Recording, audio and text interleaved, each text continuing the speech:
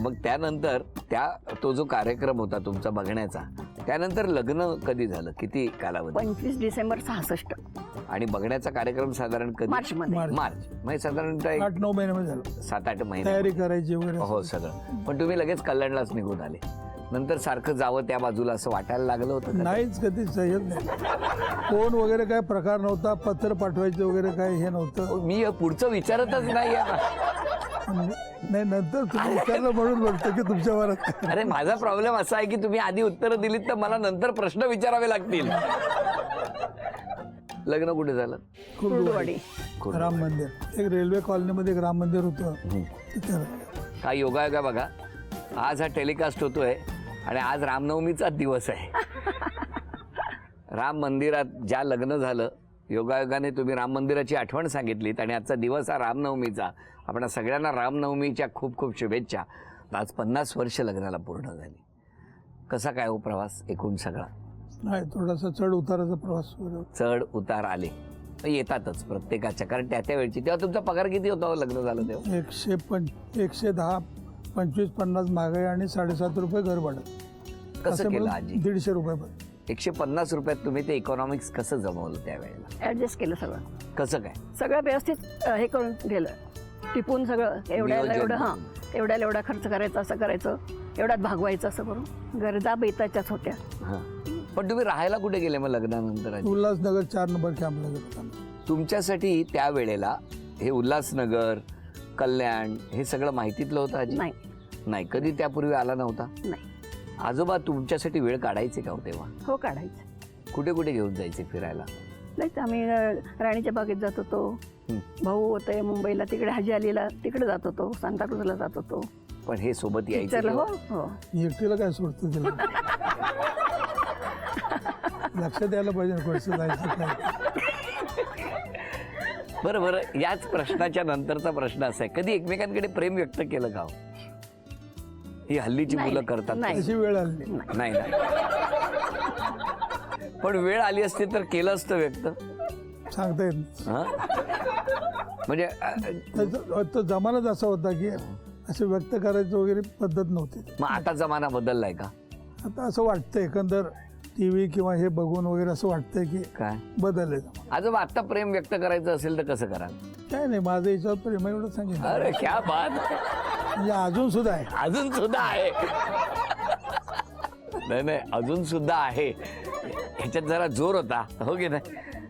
असेच आहेत ना ते स्वभावाने, असे मोकळे मस्तपैकी, जे पाहिजे जे बोलायचं ते बोलणार. पण तुमचा शांतपणा जो आहे ना पहिल्यापासूनचा, तो आजोबांच्या चेहऱ्यावरती दिसतोच आहे. मुलं सांगतील ना. बरं, मला या मुलांपैकी सर्वात जास्त शिक्षा, ओरडा किंवा मार कोणी खाल्लाय? मोठा राजेश. खूप मार. हो, खूप मार खाल्ला. खोड्या करत होता. कोणाच्या हातचा हो? तसं काही म्हणजे दुजाभाव नव्हता दोघांची. दोघांनी कुठली गोष्ट कमी हातची राखून केली नाही? नाही, बिलकुल नाही. मग एकाने जास्त मारलं, बाबा ह्याने कमी मारलं असं नाही, दोघांनी समान. दिवसभर ती असायची, संध्याकाळी ते असं.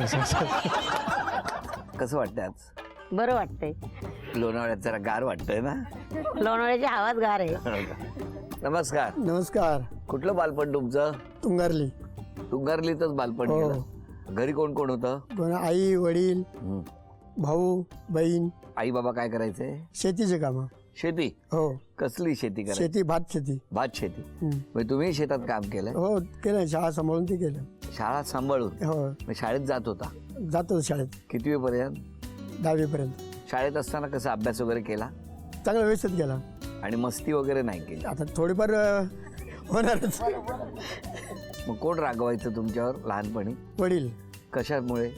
आता वेळेवर अभ्यास नाही केला, हा. वेळेवर शेतावर नाही गेलो का, बरं, मग काय करायचे बाबा? ओरडायचे, धावायचे.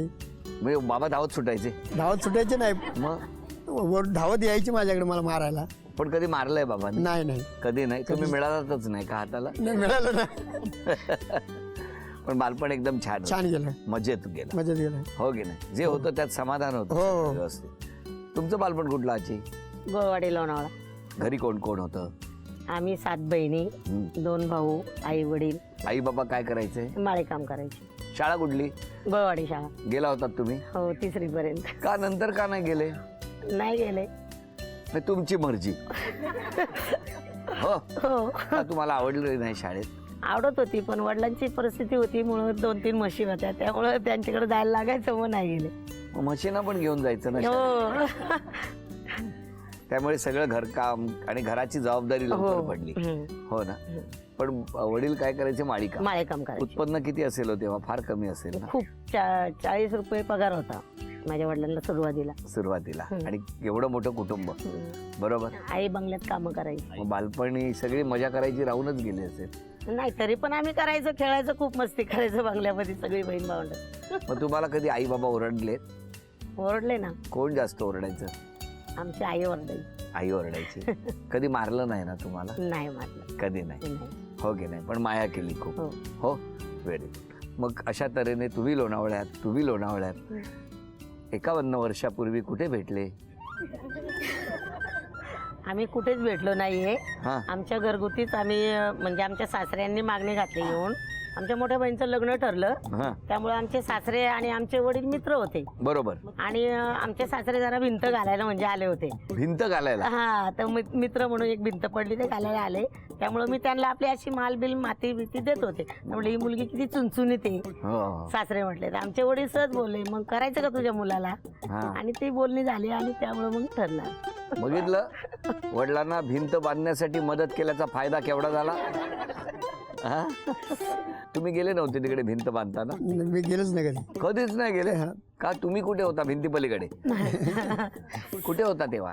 शाळेत असायचं. शाळेत असायचो. मग तुम्ही एकमेकांना बघितलं कधी?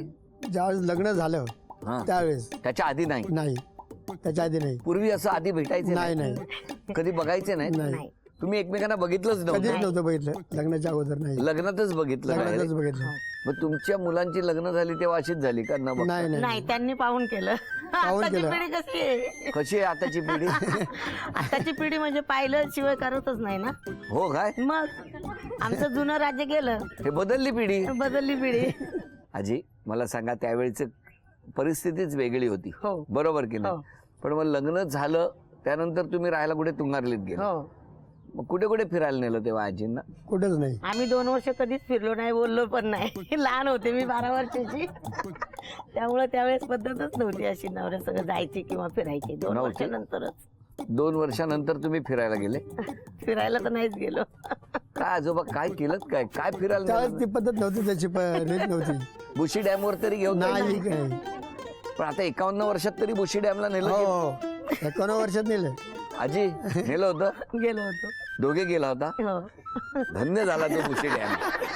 51 वर्षात एकदा तरी नेलं, हो की नाही? मला सांगा, लग्न झाल्यानंतर तेव्हाची परिस्थिती कशी होती तुमची? तुमचं उत्पन्न किती होतं तेव्हा? 60 रुपये. शाळा सोडली. अच्छा, 60 रुपये पगार होता हो. तुम्हाला. मग कसा केला हो संसार? सासू सासरे होते, हा. त्यामुळं काय आम्हाला वाटलं नाही. त्यांच्यामध्ये राहून करायचं, घरकाम मी करायचे, सासू सासरे शेतावर जायचे, लहान लहान दीर नंदा होत्या, त्यांना सांभाळायचं. आणि मग घरामध्ये सगळं करत होते. त्यांचा पगार यायचा ते द्यायचे आई वडिलांना थोडाफार. सासरे आमचे गौंडे कामाला कधीतरी जायचे. हा. व्हायचं सर्व, बघायचं एकदम म्हणजे शेताचं धान्य व्हायचं. आता बरं वाटतं की नाही पण हे सगळं हो. भरलेलं घर बघून? हो. मला सांगा, अनेक चढ उतार येतात, तुमच्या बाबतीत पण आले का हो? पुष्कळ. कशा पद्धतीचे? कशा पद्धतीने? मग आम्ही थोड्या दिवस नंतर वेगळं झालो ना. मग माझी मुलं झाली मला. नंतर मग हे कामाला यांना पगार थोडा, परमनंट कधी नव्हते ना. त्यामुळं मग आम्ही आपलं कसं तरी आमची कॅन्टीन होती, अजून भाजीचा धंदा केला काही दिवस, असे थोडेसे करून अरे वा. आणलं. 150 रुपये वगैरे पगार असेल ना? मग मला सांगा की जसं काही नव्हती ना.